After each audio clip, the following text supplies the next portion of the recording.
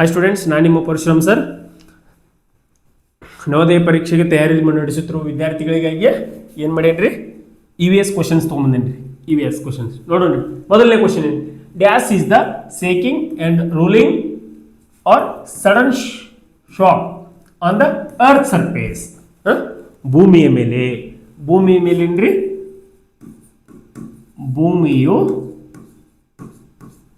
ಭೂಮಿಯು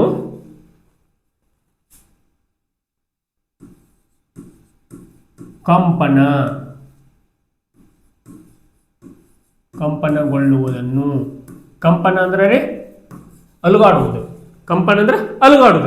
ಕಂಪನಗೊಳ್ಳುವುದನ್ನು ಡ್ಯಾಶ್ ಎಂದು ಕರೆಯುತ್ತಾರೆ.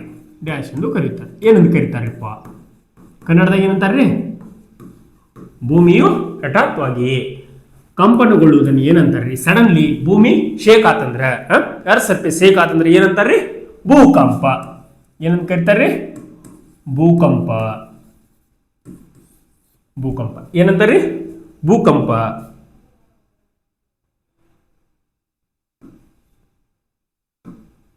ಏನಂತಾರ್ರಿ? ಭೂಕಂಪ ಆಯ್ತಂದ್ರೆ ಹೆಂಗಾಗ್ತೈತ್ರಿ? ಹಿಂಗ ಆಗ್ತೈತಿ ನೋಡ್ರಿ. ದೊಡ್ಡ ದೊಡ್ಡ ಮನಿಗಳು ಬಿದ್ದಾವಲ್ರಿ, ದೊಡ್ಡ ರೋಡ್ಗಳು ಹಿಂಗೆ ಸೀಳ್ತದ್ರಿ ಭೂಮಿ ಏನಾಗ್ತೈತ್ರಿ? ಸೀಳ್ತದ. ಭೂಮಿ ಏನಾಗ್ತೈತ್ರಿ? ಹಿಂಗೆ ಸೀಳ್ತೈತಿ ನೋಡ್ರಿ, ಇಲ್ಲಿ ಸೀಳೈತಿ ನೋಡ್ರಿ ಅದ.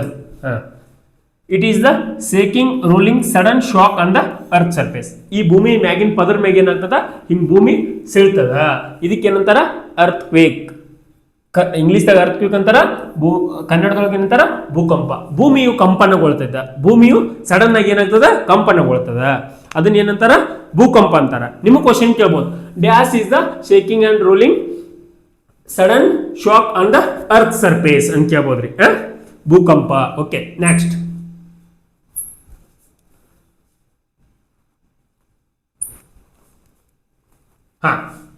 The dash is the used. Dash is the used.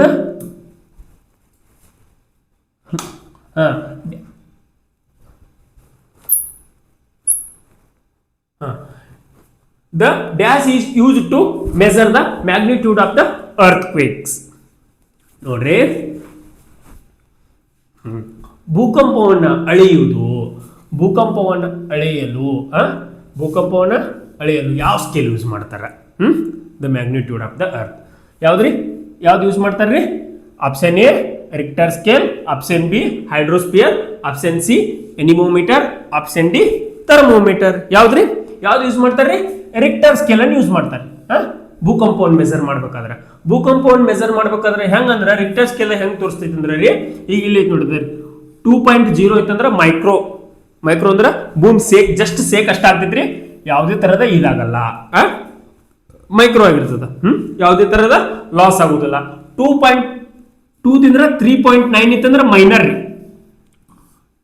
Felt by some people ಬೀಳ್ಬೋದು, ಒಂದ್ ಸ್ವಲ್ಪ ಏನೋ ಇದ ಡೆಕ್ಸ್ ಗಿಕ್ಸ್ ಇಂಥವು ಬೀಳ್ಬೋದು, ಮನ್ಯಾಗ ಬಾಂಡೆ ಗಿಂಡೆ ಬೀಳ್ಬೋದು. ಹಿಂಗ 4 to 5.9 ಇತ್ತಂದ್ರೆ ಲೈಟ್ ಸ್ಲೈಟ್ ಡ್ಯಾಮೇಜ್, ಸ್ವಲ್ಪ ಡ್ಯಾಮೇಜ್ ಏನಾರು ಆಗ್ಬೋದು. 6 to 6.9 is ಸ್ಟ್ರಾಂಗ್ ರೀ. ಇದು ಡ್ಯಾಮೇಜ್ ಟು ದಿ ಬಿಲ್ಡಿಂಗ್. ಇಂಥ ಬಿಲ್ಡಿಂಗ್ ಒಳಗೆ ಬಿದ್ದೋಗ್ತಾವ್ರಿ. ಇಲ್ಲಿ ಬಿದ್ದಾವ ನೋಡ್ರದ, ಬಿಲ್ಡಿಂಗ್ ಒಳಗೆ ಬಿದ್ದೋಗ್ತಾವ್ರಿ. ನೋಡ್ರಿ 7.9 ಆಯ್ತಂದ್ರೆ ಮೇಜರ್ ಸೀರಿಯಸ್ ಡ್ಯಾಮೇಜ್ ಆಗ್ಬೋದ್ರಿ, ಭಾಳ ಹಾಳಾಗ್ಬೋದ್ರಿ. 8 to 8.9 ಆಯ್ತಂದ್ರೆ ರೀ ಗ್ರೇಟ್ ಸಿವಿಯರ್ ಡ್ಯಾಮೇಜ್, ಭಾಳ ಜನ ಸಾಯ್ತಾರ್ರಿ. 9 ಮ್ಯಾಗ ಆಯ್ತು ಅಂತ ತಿಳ್ಕೊರಿ ಸೂಪರ್ ಡಿವಾಸ್ಟಿಂಗ್ ದ ಡ್ಯಾಮೇಜ್, ಅಂದ್ರೆ ಭಾಳ ನಾಶವಾಗ್ಬೋದು, ಹೊಳ್ಳಿ ಎದ್ದು ಬರಕ್ ಆಗಲ್ದಷ್ಟು ನಾಶವಾಗ್ಬೋದು. ಹಿಂತರ ಏನ್ ಮಾಡ್ತದ ಈ ರಿಕ್ಟರ್ ಸ್ಕೇಲ್ ತೋರಿಸ್ತದ. ಇನ್ನೇನ್ ಕೊಟ್ರೆ ಸೆಕೆಂಡ್ ಒನ್ ಹೈಡ್ರೋಮೀಟರ್ ಅಂದ್ರೆ ಏನ್ರಿ? ಹೈಡ್ರೋಮೀಟರ್ ಏನ್ರಿ? ದ ಸ್ಪೆಸಿಫಿಕ್ ಗ್ರಾವಿಟಿಯನ್ನ ಇದನ್ನ ಮಾಡ್ತದ. Specific gravity of liquid. ನಿಮ್ಗೆ ಏನ್ ಕೇಳ್ತಾರ್ರಿ? ಭೂಕಂಪವನ್ನು ಅಳೆಯುವ ಮಾಪಕ ಯಾವುದು? ಕನ್ನಡದವ್ರು ಬರ್ಕೋರಿ. ಭೂಕಂಪವನ್ನು ಅಳೆಯುವ ಮಾಪಕ, ಭೂಕಂಪ. ಓಕೆ, ಭೂಕಂಪವನ್ನು ಅಳೆಯುವ ಮಾಪಕ ಅಥವಾ ಅಳೆಯುವ ಸ್ಕೇಲ್ ಯಾವ್ದಪ್ಪ ಅಂದ್ರ ರಿಕ್ಟರ್ ಸ್ಕೇಲ್ ಏನಂತಾರ್ರಿ ರಿಕ್ಟರ್ ಸ್ಕೇಲ್ ಕನ್ನಡದಾಗ ಕೂಡ ರಿಕ್ಟರ್ ಸ್ಕೇಲ್ ಅಂತಾರ್ರಿ ಇದಕ್ಕೆ ರಿಕ್ಟರ್ ಸ್ಕೇಲ್ ನೆಕ್ಸ್ಟ್ ಆದ್ರಿ ಈಗ ಹೈಡ್ರೋಮೀಟರ್ ಅಂದ್ರೆ ಏನ್ರಿ ಸ್ಪೆಸಿಫಿಕ್ ಗ್ರಾವಿಟಿ ದ್ರವಗಳ ಸಾಪೇಕ್ಷ ಸಾಂದ್ರತೆಯನ್ನು ಹೇಳ್ತಾರ್ರಿ ದ್ರವಗಳ ಸಾಪೇಕ್ಷ ಸಾಂದ್ರತೆಯನ್ನ ಯಾವ್ದು ಹೇಳ್ತಿದ್ರಿ ಹೈಡ್ರೋಮೀಟರ್ ನೆಕ್ಸ್ಟ್ ಹೈಡ್ರೋಮೀಟರ್ ಕನ್ನಡದಾಗ ಕೂಡ ಹೈಡ್ರೋಮೀಟರ್ ಅಂತಾರೆ ಇದಕ್ಕೆ ಬೇರೆದೇನು ನೋಡ್ರಿ ಹೈಡ್ರೋಮೀಟರ್ ಎಕ್ಸಾಮ್ ಹಿಂಗೆ ಕೊಡ್ತಾರೆ ಆಮೇಲೆ ಎನಿಮೋಮೀಟರ್ ಅಂದ್ರೆ ಏನ ಎನಿಮೋಮೀಟರ್ ಅಂದ್ರೆ ಏನ ಎನಿಮೋಮೀಟರ್ ಅಂದ್ರೆ ಏನ್ರಿ ಗಾಳಿಯ ವೇಗವನ್ನ ಎಷ್ಟೈತಿ ಗಾಳಿ ದ ಸ್ಪೀಡ್ ಆಫ್ ವಿಂಡ್ ಏನ್ರಿ ಎನಿಮೋಮೀಟರ್ ಸ್ಪೀಡ್ ಆಫ್ ವಿಂಡ್ ಗಾಳಿಯ ವೇಗ ಏನ್ರಿ ಸ್ಪೀಡ್ ಆಫ್ ವಿಂಡ್ ಅಳಿಬೇಕಾರೆ ಏನ್ ಮಾಡ್ತಾರೆ ನೀವೆಲ್ಲ ನೋಟ್ಸ್ ಮಾಡ್ಕೋಬೇಕ್ರಿ ಇದನ್ನ ಸ್ಪೀಡ್ ಆಫ್ ವಿಂಡ್ ಯಾವ್ದು ಹೇಳ್ತಿದ್ರಿ ಎನಿಮೋಮೀಟರ್ ಮತ್ ಥರ್ಮೋಮೀಟರ್ ಅನ್ಕ ನಿಮ್ಗೆ ಗೊತ್ತದ ಥರ್ಮೋಮೀಟರ್ ಏನ್ ಮಾಡ್ತಾರ್ರಿ ನೀವು ದವಾಖಾನಿಗೆ ಹೋದಾಗ ಇಡ್ತಾರ ನೋಡ್ರಿ ನಿಮಗ ಡಾಕ್ಟರ್ ಇಲ್ಲಿ ಇಡ್ತಾರ ನೋಡ್ರಿ ಏನ್ ಮಾಡ್ತಾರ್ರಿ ನಿಮ್ದು ಎಟ್ ಇದೈತಿ ನೋಡ್ರಿ ಗಪ್ರಿ ಎಟ್ ಜ್ವರ ಆಯ್ತಂದ್ರಿ ದೇಹದ ತಾಪಮಾನವನ್ನ ಅಳೆಯಲ್ಲ ಥರ್ಮೋಮೀಟರ್ ಅದಕ್ಕೆ ಯೂಸ್ ಮಾಡ್ತಾರ್ರಿ ಟೆಂಪರೇಚರ್ನ ಮೆಜರ್ ಮಾಡಾಕ್ರಿ ಮೆಜರ್ ಮಾಡಕ್ಕೆ ಏನು ಯೂಸ್ ಮಾಡ್ತಾರ್ರಿ ಥರ್ಮೋಮೀಟರ್ ಯೂಸ್ ಮಾಡ್ತಾರ ಟೆಂಪರೇಚರ್ನ ಮೆಜರ್ ಮಾಡಕ ಥರ್ಮೋಮೀಟರ್ ಯೂಸ್ ಮಾಡ್ತಾರ ದೇಹದ ತಾಪಮಾನವನ್ನ ಅಳೆಯಲು ನೆಕ್ಸ್ಟ್ ಓಕೆ ಇದ ಇಂಪಾರ್ಟೆಂಟ್ ರೀ ಓಕೆ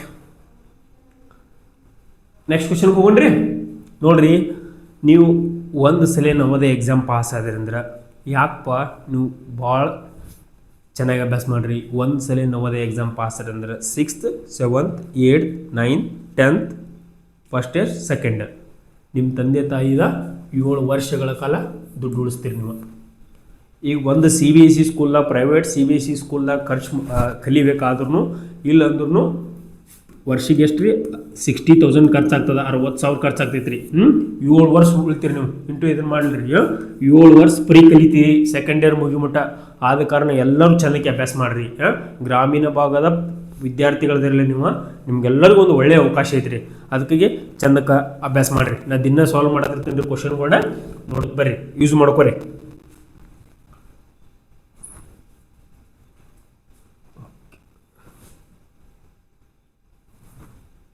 ಓಕೆ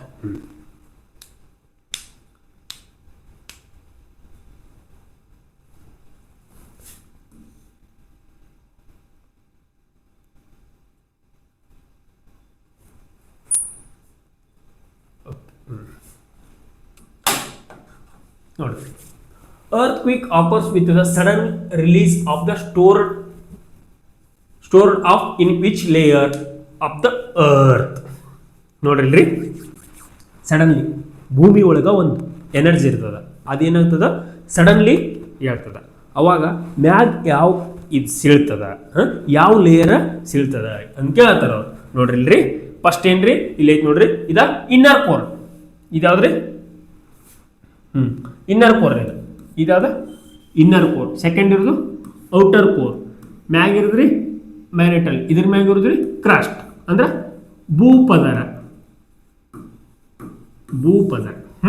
ಭೂಪದರ ಇದ್ರ ಒಳಗಿನ ಇದು ಎನರ್ಜಿ ಬ್ಲಾಸ್ಟ್ ಆದ್ಕೂನೆ ಯಾವ್ದು ಇದ್ರ ಆಗ್ತೈತ್ರಿ ಭೂಪದರ ಕ್ರಸ್ಟ್ ಏನಾಗ್ತೈತ್ರಿ ಭೂಪದರ ಏನಾಗ್ತದ್ರಿ ಇದಾಗ್ತದ ಭೂಪದರ ಸಡನ್ಲಿ ಏನಾಗ್ತದ suddenly release the earthquake occurs with a sudden release of the stored up which layer of the earth the earthquake occurs when there is sudden release the store of energy ಅದರೊಳಗೆ ಒಂದು energy ಇರ್ತದ energy ಇದ್ದಾಗ ಏನಾಗ್ತದೆ ಯಾವ ಭೂಮಿಯ ಯಾವ ಪದರ ವಿಭಾಗಲ್ಪಡ್ತದ ಯಾವ ಪದರ ಭಾಗವಾಗ್ತೈತ್ರಿ ಮ್ಯಾಗಿನ ಭೂಪದರ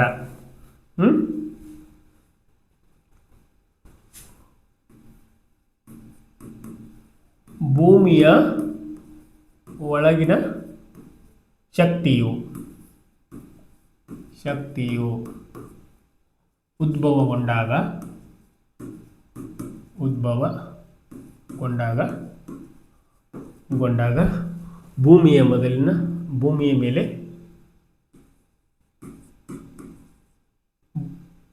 ಭೂಮಿಯ ಮೇಲೆ ಯಾವ ಪದರು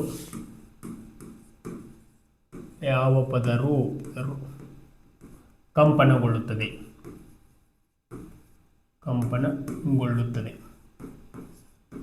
ಯಾವ ಪದರ ಅಂದರೆ ಭೂಪದರ ಮ್ಯಾಗಿನ ಫಸ್ಟ್ ಭೂಪದರ ಏನಾಗ್ತದ ಕ್ರಸ್ಟ್ ಏನಾಗ್ತದ ಕಂಪನಗೊಳ್ತದ. ಇದು ಭೂಪದರ ಐತಿ ನೋಡ್ರಿ ಇಲ್ಲಿ ಮ್ಯಾಗಿಂದ ಇದು ಮ್ಯಾಗಿಂದ ಲಾಸ್ಟ್ ಐತಲ್ರಿ ಇದು ಭೂಪದರ ಏನಾಗ್ತದ ಕಂಪನಗೊಳ್ತದ. ಕಂಪನಗೊಂಡು ಏನಾಗ್ತದ್ರಿ ಸೀಳ್ತದ, ಎರಡು ಭಾಗ ಆಗ್ತದ, ಇದ್ದಿದ್ದು ಬಿಲ್ಡಿಂಗ್ಗಳು ಬೀಳ್ತಾವ, ರೋಡ್ಗಳು ಇದನ್ನಾಗ್ತಾವ. ನೆಕ್ಸ್ಟ್ ಕ್ವಶನ್ ಹೋಗ್ರಿ, ನೆನಪಿಟ್ಕೊಳ್ರಿ.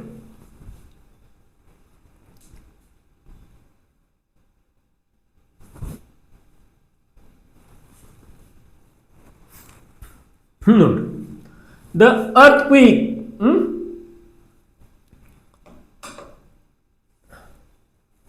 earthquake waves are two types of namely dash and dash. ಆಂತರಿಕ ನೋಡ್ರಿ ಎರಡು ಅಲೆಗಳದಾವ. ಯಾವದಾವ ಅಂದ್ರ ಇಲ್ಲಿ answer is first longitudinal waves and surface waves, body waves and surface waves, transfer waves and harbor waves. none of these. ಯಾವ ಅಲೆಗಳದಾವಪ್ಪ ಅಂದ್ರ ಇದ್ರಿ body waves and surface waves. ಎರಡು ಅಲೆಗಳ ಉಂಟಾಗ್ತಾವ ಹಿಂಗದರಿ. ಅದ್ರೊಳಗೆ ಎರಡು ಟೈಪ್ ಬರ್ತಾವ, primary longitudinal wave and secondary longitudinal wave. ನೋಡ್ರಿ body waves ಅಂದ್ರೆ ಹಿಂಗ್ರಿ, ಹಿಂಗ ಹೋಗು ಸ್ಟ್ರೇಟ್ ಇದಂದ್ರ ಭೂಮಿ ಒಳಗ ಹಿಂಗಾಗಿ ಡಿಸ್ಟ್ರಾಯ್ ಆಗ್ತದ. ಓಕೆ, ಈ ಥರನೂ ಬರ್ಬೋದು. ಬಾಡಿ ವೇವ್ ಒಳಗ ಎರಡು ಅದಾವ್ರಿ. ಒಂದು ಪಿ ಲಾಂಗಿಟ್ಯೂಡಿನಲ್ ವೇವ್, ಒಂದ್ರಿ free longitudinal wave. Body wave ಅಂದ್ರೆ ಕನ್ನಡದಾಗ ಆಂತರಿಕ ಅಲೆಗಳು. ಆಂತರಿಕ ಅಲೆಗಳು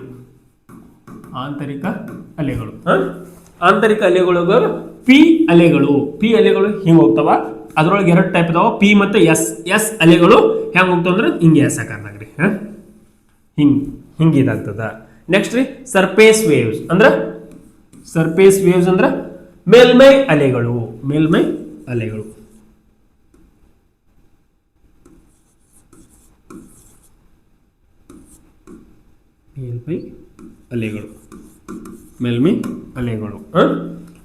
ಅಲೆಗಳು ಅದ್ರೊಳಗ ಹಾರಿಜೆಂಟಲ್ ವೇವ್ಸ್ ಅಂದ್ರೆ ಹಿಂಗೆ ಹಾರಿಜೆಂಟಲ್ ಆಗಿ ಹೋಗ್ತಾವ, ಮತ್ತು ರೇಲೈನ್ ವೇವ್ಸ್ ರೋಲಿಂಗ್ ಹಿಂಗೆ ಹೋಗ್ತಾವ. ಇವೇನ್ರಿ ದ ಅರ್ಥ್ಕ್ವೇಕ್. ನೋಡ್ರಿ ಭೂಕಂಪದಲ್ಲಿ ಎರಡು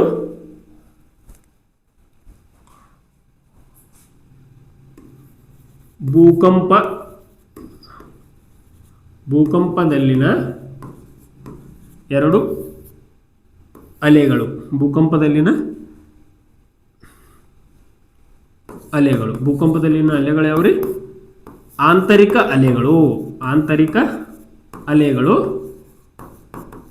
ಮತ್ತು ಇನ್ನೊಂದ್ರಿ ಆಂತರಿಕ ಅಲೆಗಳು, ಮತ್ತು ಇನ್ನೊಂದು ಯಾವ್ದ್ರಿ ಮೇಲ್ಮೈ ಅಲೆಗಳು.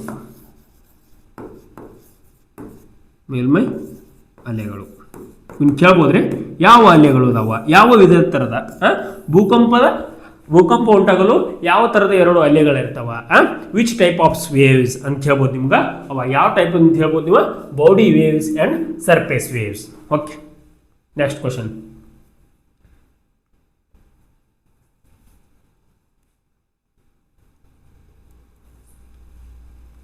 ಓಕೆ, ನೋಡ್ರಿ what is the main cause of an earthquake? ನೋಡ್ರಿ ಭೂಕಂಪವಾಗಲು ಮುಖ್ಯ ಕಾರಣವೇನ್ರಿ? ಇದು ಬಹಳ ಇಂಪಾರ್ಟೆಂಟ್ ಕ್ವಶನ್ ರೀ. ಭೂಕಂಪವಾಗಲು ಮುಖ್ಯ ಕಾರಣ ಯಾವ್ದಂದ್ರೆ ರೀ ನೋಡ್ರಿಲ್ರಿ, ಭೂಕಂಪವಾಗಲು ಮುಖ್ಯ ಕಾರಣ erosion, denudation, movement of tectonic plate, weathering. ಯಾವ್ದಪ್ಪ ಅಂದ್ರೆ ಮೂವ್ಮೆಂಟ್ ಆಫ್ ಟೆಕ್ಟೋನಿಕ್ ಪ್ಲೇಟ್ಸ್. ಕನ್ನಡದಾಗೂ ಕೂಡ ಟೆಕ್ಟೋನಿಕ್ ಪ್ಲೇಟ್ಸ್ ಅಂತಾರ್ರಿ. ಮೂವ್ಮೆಂಟ್ ಆಫ್ ಟೆಕ್ಟೋನಿಕ್ ಪ್ಲೇಟ್ಸ್ ಭೂಕಂಪವಾಗಲು ಮುಖ್ಯ ಕಾರಣ. ಭೂಕಂಪಕ್ಕೆ ಮುಖ್ಯ ಕಾರಣ ಯಾವುದಂದ್ರ ಕಾರಣ ಟೆಕ್ಟೋನಿಕ್ ಪ್ಲೇಟ್ಗಳ ಚಲನೆ.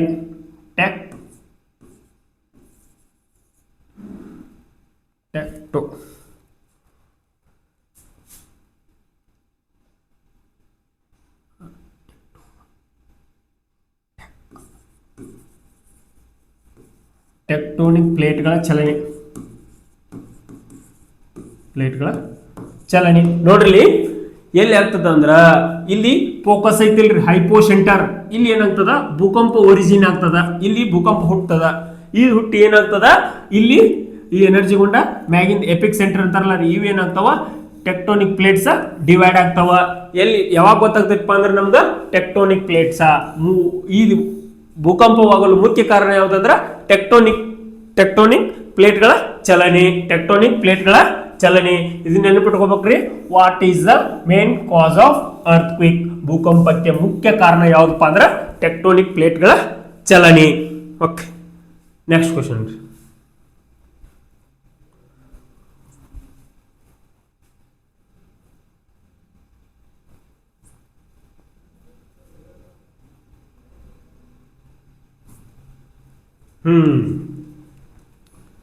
ಅರ್ಥ ನೋಡ್ರಿ, ಕ್ವಶನ್ ಏನೈತಿ, ವೆರಿ ಇಂಪಾರ್ಟೆಂಟ್ ಕ್ವಶನ್.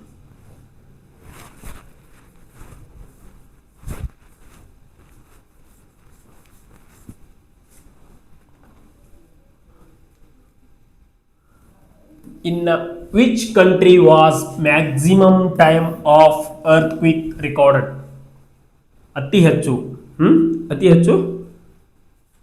ಅತಿ ಹೆಚ್ಚು ಬಾರಿ ಎಲ್ಲಿ ಭೂಕಂಪವಾಗಿತ್ತು, ಯಾವ ದೇಶದಾಗ ಅಂತ ಕೇಳ್ಬೋದು.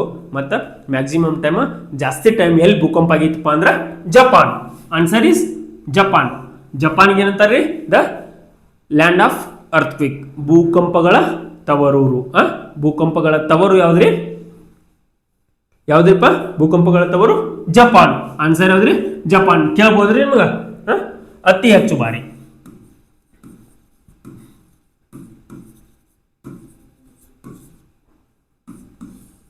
ಅತಿ ಹೆಚ್ಚು ಬಾರಿ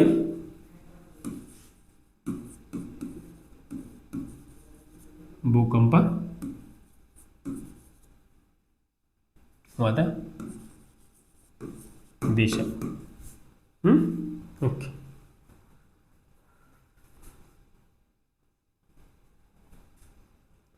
ನೆಕ್ಸ್ಟ್ ಕ್ವಶನ್.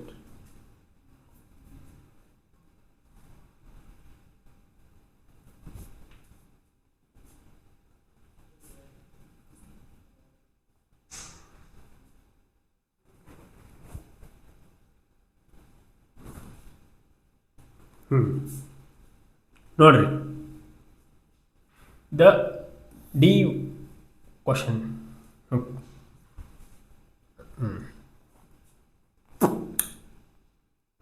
ನೋಡ್ರಿ,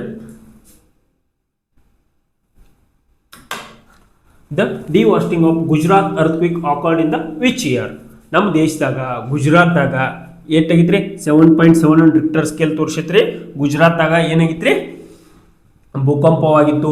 ಅದು ಯಾವ ವರ್ಷದಾಗ ಆಗಿತ್ತು ಅಂತ ಕೇಳ್ತಾರೆ ಅವ್ರು. ಅದು ಯಾವ ವರ್ಷದಾಗ ಆಗಿತ್ತಂದ್ರೆ ರೀ, ನೋಡ್ರಿಲ್ರಿ, ಯಾವ ವರ್ಷದಾಗ ಆಗಿತ್ತಂದ್ರೆ 2001ದಾಗ ಭಾರತದ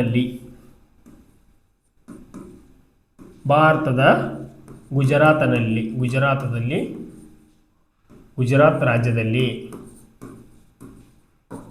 ಯಾವ ವರ್ಷ ತೀವ್ರವಾಗಿ ಭೂಕಂಪವಾಗಿತ್ತು?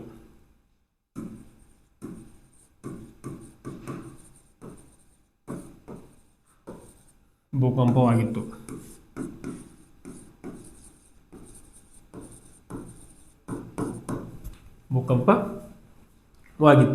ಯಾವ ವರ್ಷವಾಗಿತ್ರಿ?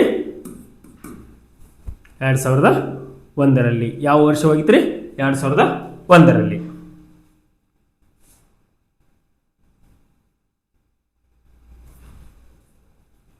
ಓಕೆ ನೋಡ್ರಿ, which among the following areas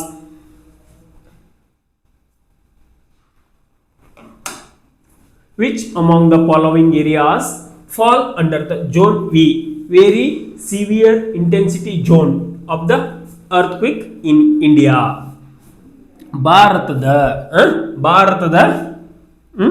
ಭಾರತದ ಯಾವ ಪ್ರದೇಶದಲ್ಲಿ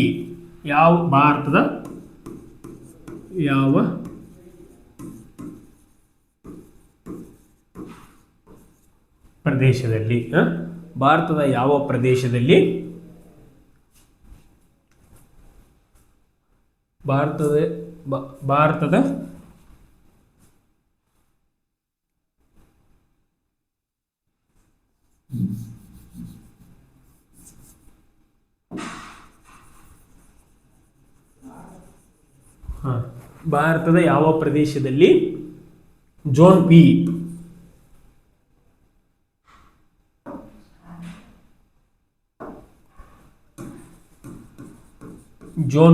ಭಾರತದ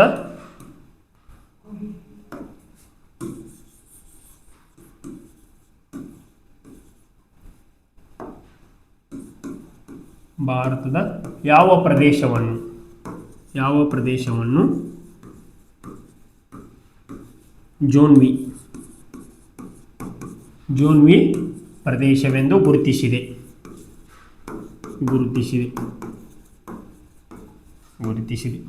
ಯಾವ ಪ್ರದೇಶವನ್ನು ಝೋನ್ ವಿ ಪ್ರದೇಶ ಅಂದ್ರೆ ಭೂಕಂಪ ಆಗುವ ಸ್ಥಳ ಅಂದ್ರೆ ಯಾವುದನ್ನ ನಾವು ಇದನ್ನ ಮಾಡಿದೀವಿ ಅಂದ್ರೆ ರೀ option A Andaman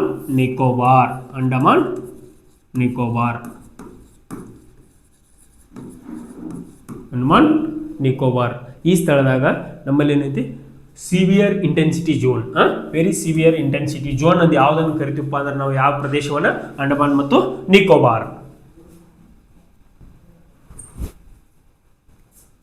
okay, next ಈಗೇನ್ರಿ ಫ್ಲಡ್.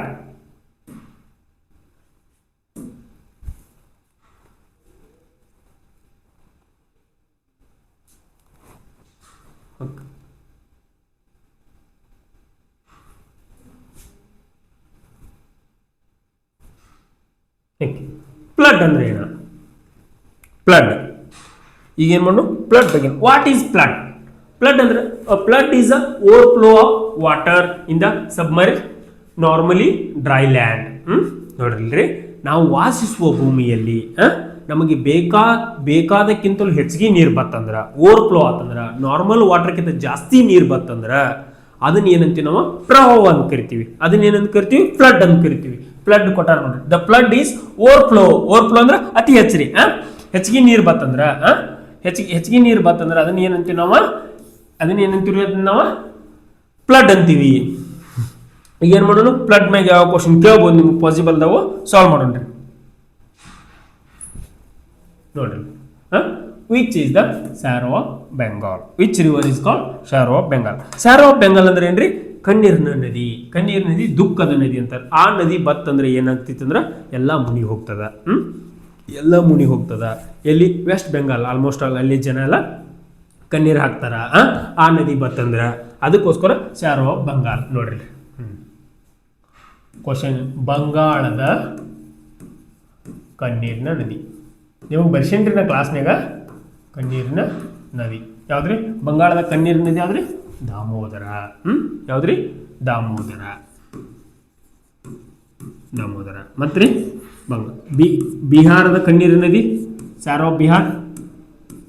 ಬಿಹಾರದ ದುಃಖದ ನದಿ ಅಂತ ಕೇಳ್ಬೋದ್ರಿ, ದುಃಖದ ನದಿ ಯಾವ್ದ್ರಿ? Sorrow of Bihar. Sorrow of Bihar ಯಾವ್ದ್ರಿ? ಕೋಸಿ. ಮತ್ತು ಗಂಗಾ ಯಾವ್ದ್ರಿ? ಗಂಗಾ ರೀ ನ್ಯಾಷನಲ್ ರಿವರ್ ಅಂತ ಕೇಳ್ಬೋದ್ರಿ ನಿಮ್ಮ. ಯಾವ್ದ್ರಿ ನ್ಯಾಷನಲ್ ರಿವರ್? ಯಾವಾಗಂದ್ರಿ ನ್ಯಾಷನಲ್ ರಿವರ್ ಅಂತ ಯಾವಾಗ ಕೊಟ್ರಿ ಇದನ್ನ? ನ್ಯಾಷನಲ್ ರಿವರ್ ಯಾವಾಗ್ರಿ? 2008. ಮತ್ರಿ the longest river in India ಯಾವ್ದ್ರಿ? Longest river.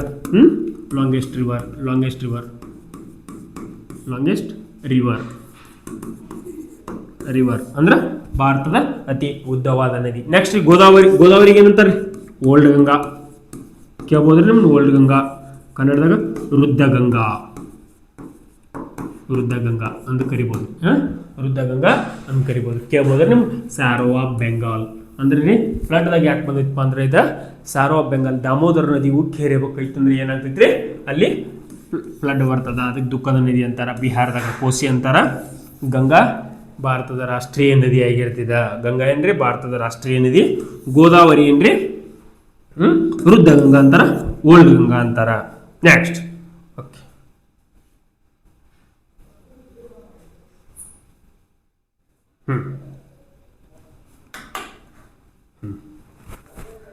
which one of the following is not environmental consequence of flood? ಕೆಳಗಿನವುಗಳಲ್ಲಿ ಯಾವುದು ಪ್ರವಾಹದ ಕಾರಣವಲ್ಲ? ಪ್ರವಾಹ ಅಂತಂದ್ರೆ ಏನೇನು ನಮ್ಮಾಗಿದ ಪರಿಣಾಮಗಳಾಗ್ತಾವ್ರಿ? ಏನೇನು ಪರಿಣಾಮಗಳಾಗ್ತಾವ? ಕೆಳಗಿನವುಗಳಲ್ಲಿ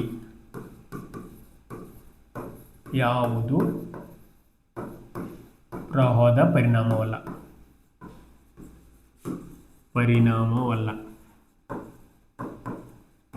ವಲ್ಲ ಅಂತ ಕೇಳ್ರಿ, ಪರಿಣಾಮ ಅಲ್ಲ. ನೋಡ್ರಿ, ಇರೋಷನ್ ಆಫ್ ಸಾಯಿಲ್ ಅಂದ್ರೆ ಮಣ್ಣಿನ ಸವಕಳಿ.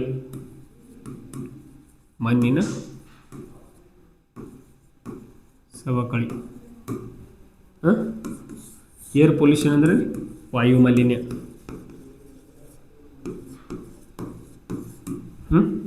Release the pollutant water bodies ಅಂದ್ರೆ ರಿಲೀಸ್ ಪೊಲ್ಯೂಟೆಂಟ್ ವಾಟರ್ ಬಾಡೀಸ್. ನೋಡ್ಕೊರಿ ಅದನ್ನ. ಲ್ಯಾಂಡ್ ಸೈಡ್ ಅಂದ್ರೆ ಭೂಕುಸಿತ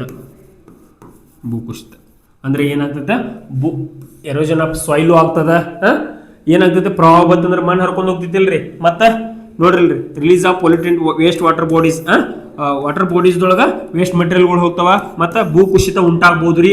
ಬಟ್ ಯಾವ್ದಾಗುದಿಲ್ಲ ಅಂದ್ರೆ ರೀ ಇದ್ರಿ ಇದಲ್ರಿ ವಾಯು ಮಾಲಿನ್ಯ ಐತಿರ್ಲಿ ರೀ.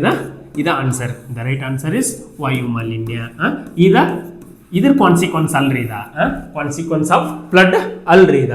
Air pollution. Okay, next air pollution ಅನ್ನೋದೊಂದು ಏರ್ ಪೊಲ್ಯೂಷನ್ ಬಗ್ಗೆ ಹೇಳ್ತೇನೆ ರೀ. ಪೊಲ್ಯೂಷನ್ ಚಾಪ್ಟರ್ ಒಂದಾಗ್ರಿ. ಓಕೆ, ನೆಕ್ಸ್ಟ್ NDRF ಅಂದ್ರೆ ಏನ? NDRF ಅನ್ನೋದ ಇದೊಂದು ಸಂಸ್ಥೆ ರೀ.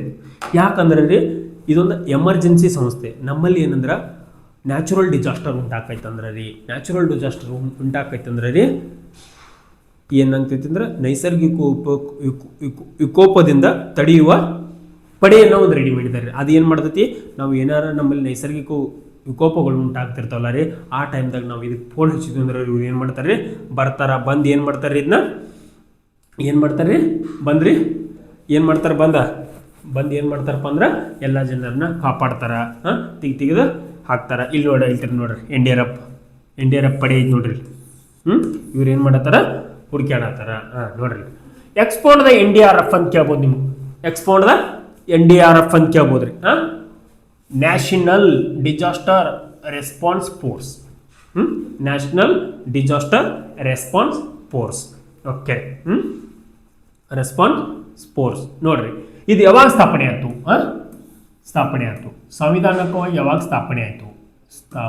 ಯಾವಾಗ ಆಯ್ತು ರೀ ಅಂದ್ರೆ 2006 ಸ್ಥಾಪನೆ ಮಾಡಿರಿ. ಯಾವಾಗ ಸ್ಥಾಪನೆ ಮಾಡಿರಿ NDRF ಅನ್ನ? ಜೂಮ್ ಮಾಡ್ತೀನಪ್ಪ. ನೋಡ್ರಿ, NDRF ಅಂದ್ರೆ national disaster response force. Okay, ಯಾವಾಗ ಸ್ಥಾಪನೆ ಆಯ್ತಪ್ಪ ಇದಂದ್ರೆ? ಯಾವಾಗ ಸ್ಥಾಪನೆ ಆಯ್ತಂದ್ರೆ 2006. ಸಂವಿಧಾನಿಕವಾಗಿ ಯಾವಾಗ ಸ್ಥಾಪನೆ ಆಯ್ತಪ್ಪ ಅಂದ್ರೆ 2006 ಸ್ಥಾಪನೆ ಆಯ್ತ್ರಿ.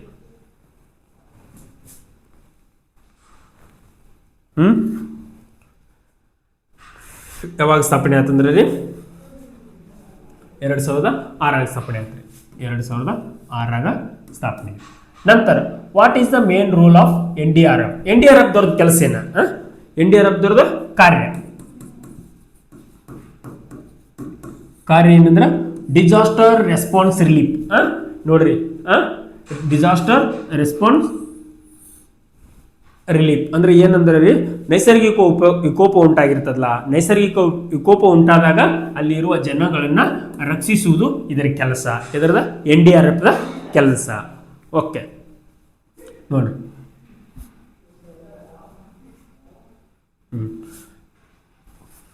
ನೋಡ್ರಿ ಹಾಂ under the which ministry does NDRF functions ಯಾವ ಮಿನಿಸ್ಟರಿ ತೆಳಗ NDRF ಫಂಕ್ಷನ್ ಮಾಡ್ತದ ಯಾವ ಮಿನಿಸ್ಟ್ರಿ ತೆಳಗ ಇರ್ತದ ಅದ ಎಲ್ಲಿರ್ತದ ಏನ ರಕ್ಷಣಾ ಮಂತ್ರಿ ಕಡೆ ಇರ್ತದೋ ಏನು ಹೋಮ್ ಮಿನಿಸ್ಟ್ರಿ ತೆಗೆ ಇರ್ತದೋ ಏನು health and family welfare ministry ಇರ್ತೈತೋ ಏನು ಮಿನಿಸ್ಟರ್ ಆಫ್ ಎಕ್ಸ್ಟರ್ನಲ್ ಅಫೇರ್ಸ್ ಇರ್ತದೋ ಯಾರು ಅಂಡರ್ದಾಗ ಇರ್ತೈತಪ್ಪ ಅಂದ್ರೆ ಪೇರೆಂಟ್ ಆಫ್ ಮಿನಿಸ್ಟರ್ ಯಾರು ಪಾಯಬೇಕಂದ್ರೆ ರೀ ಯಾರಂದ್ರೆ ರೀ ಹೋಮ್ ಅಫೇರ್ಸ್ ಹೋಮ್ ಮಿನಿಸ್ಟರ್ ಗೃಹ ಮಂತ್ರಿ ಎಲ್ಲಿ ಇರ್ತಿದ್ರ ಗೃಹ ಮಂತ್ರಿ ಗೃಹ ಸಚಿವಾಲಯ ಗೃಹ ಮಂತ್ರಿ ಗೃಹ ಮಂತ್ರಿ ಇದ್ರೊಳಗ ಇರ್ತದ್ರಿ ಇದ NDRF next okay next question which of the not of type of disaster respond ಇದ್ರೊಳಗೆ ಯಾವ್ದ್ರಿ ಕೆಳಗಿನವುಗಳಲ್ಲಿ ಯಾವುದು NDRF ರೆಸ್ಪಾನ್ಸಿಬಿಲಿಟಿ ತಗೋದಿಲ್ಲ ಏನದ NDRF ದವ್ರು ಬರೋದಿಲ್ಲ ಅಂದ್ರೆ ರೀ ಅರ್ಥಕ್ವಿಕ್ ಅದಾಗ ಬರ್ತಾರ ಯಾಕಂದ್ರೆ ನ್ಯಾಚುರಲ್ ಡಿಸಾಸ್ಟರ್ ಫ್ಲಡ್ ಆದಾಗ ಬರ್ತಾರ ನ್ಯಾಚುರಲ್ ಡಿಸಾಸ್ಟರ್ ಸೈಕ್ಲೋನ್ ಆದಾಗ ಅವ್ರ ಕೆಲಸ ಬರತ್ತಾರ ಅದು ನ್ಯಾಚುರಲ್ ವಾರ ಆದಾಗ ಅವ್ರು ಬರೋದಿಲ್ಲ ರೀ ವಾರದಾಗ ಬರೋದಿಲ್ಲ ವಾರ ಅಲ್ರಿ ನೆಕ್ಸ್ಟ್ NDRF ಹೆಡ್ ಕ್ವಾರ್ಟರ್ ಎಲ್ಲೈತ್ರಿ ಇನ್ನು ಕೇಳ್ಬೋದ್ರಿ ನಿಮ್ಗೆ NDRF ಹೆಡ್ ಕ್ವಾರ್ಟರ್ ಎಲ್ಲಿತ್ತಪ್ಪ ಅಂದ್ರೆ ರೀ NDRF ಹೆಡ್ ಕ್ವಾರ್ಟರ್ ಎಲ್ಲಿತ್ತಂದ್ರೆ ರೀ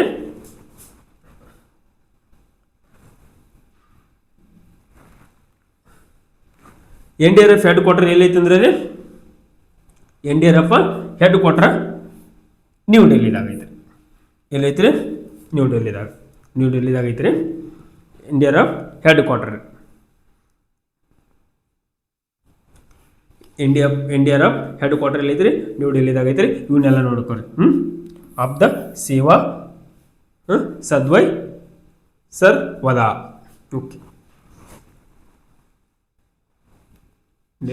ನೋಡ್ರಿ ಇವತ್ತಿವ ಅರ್ಥಕ್ವಿಕ್ ಮತ್ತು ಫ್ಲಡ್ ಮ್ಯಾಗಿರೋ ಕ್ವಶನ ನಾಳೆ ಉಳಿದಿದ್ದು ಕ್ವಶನ್ಗಳನ್ನ ತರ್ತೇನೆ ರೀ ನೋಡ್ರಿ ಎಲ್ಲರೂ ಯೂಸ್ ಮಾಡ್ಕೊಳ್ರಿ ಭಾಳ ಇಂಪಾರ್ಟೆಂಟ್ ಕ್ವಶನ್ ರೀ ಈ ವರ್ಷ ಕೊಟ್ಟಾರ್ರಿ ನಿಮಗೆ EVS ಅನ್ನ ಎಷ್ಟು ಕ್ವಶನ್ ಇರ್ತಾವಪ್ಪ ಅಂದ್ರೆ ನವೋದಯ ಎಕ್ಸಾಮ್ಗೆ ಇನ್ನೊಂದ್ಸಲ ಹೇಳ್ತೇನೆ ರೀ 20 ಕ್ವಶನ 25 ಮಾರ್ಕ 20 ಕ್ವಶನ 25 ಮಾರ್ಕ್ಸ ಎಲ್ಲರೂ ಚೆನ್ನಾಗಿ ಅಭ್ಯಾಸ ಮಾಡಿರಿ ಡೈಲಿ ಕ್ಲಾಸ್ ಕೇಳ್ರಿ ಓಕೆ ಬಾಯ್